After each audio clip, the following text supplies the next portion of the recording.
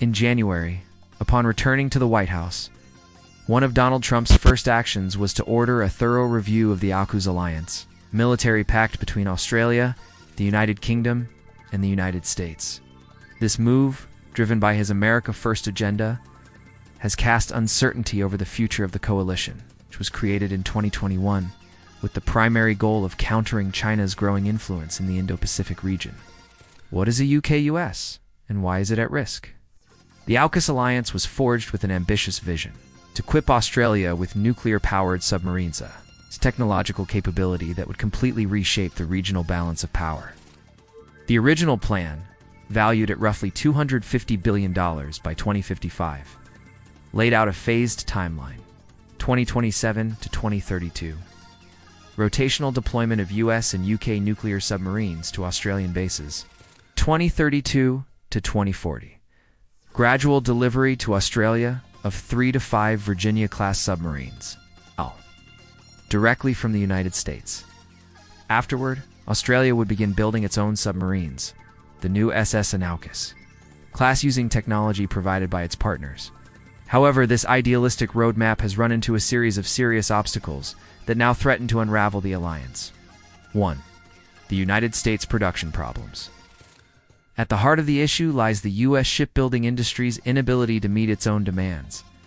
American shipyards are facing massive backlogs. Although the target is to produce 2 Virginia-class submarines per year, the current pace barely reaches 1.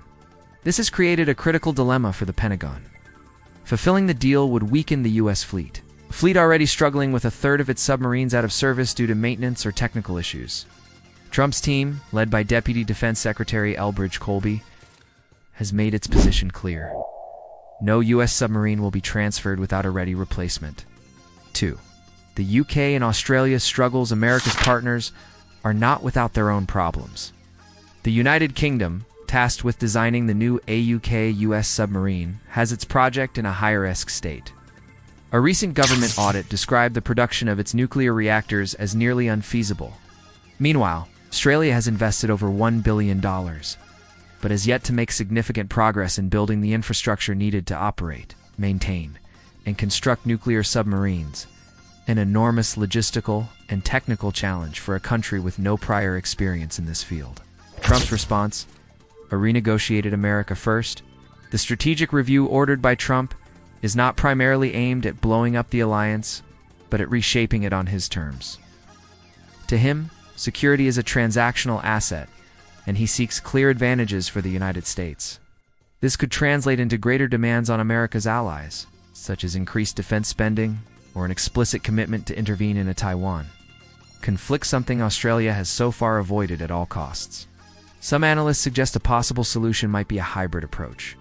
Instead of transferring submarines, the U.S. could permanently base its own submarines in Australia, maintaining a forward presence without weakening its fleet. Others even advocate expanding AUKUS to include new partners such as Japan, South Korea, Canada, or New Zealand.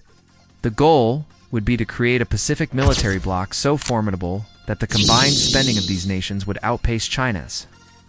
However, such a plan would require enormous investment and strong leaderships, something the current U.S. administration appears unwilling to provide without conditions. Ultimately, the AUKUS alliance is at a critical crossroads.